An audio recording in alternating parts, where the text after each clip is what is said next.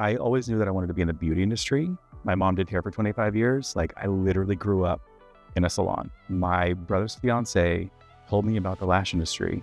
When she told me that she charged her clients $80 an hour, I was like, oh my God, you're rich.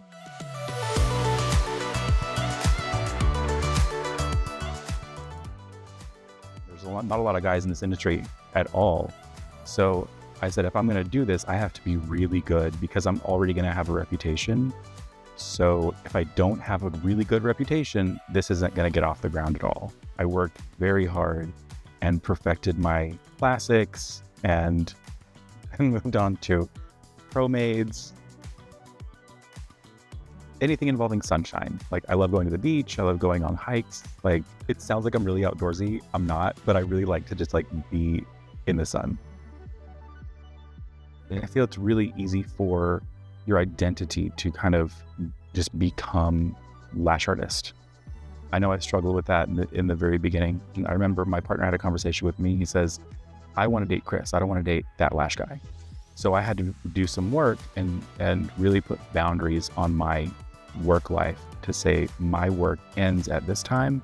And then I'm going to spend time with my family and my dogs and my partner. I'm going to work to live instead of living to work. If you allow your clients to contact you all through the night, you're kind of teaching them that that's okay. So if you set that boundary and say, I don't answer texts, I don't answer calls after a certain time, but you promptly get back to them during business hours, that sets a healthy boundary to where you can have a life outside of work. The role I'm playing at PLA is I am a full-time content creator. Whenever I first heard Michelle and Caitlin talk about their company, talk about PLA, hearing them talk about the culture that they've created at the company, I'd never heard anything like it. And ever since then, I was like, I either want to create that myself or I want to join their company. I'm most excited to tell Michelle's story. It should be Lash lore.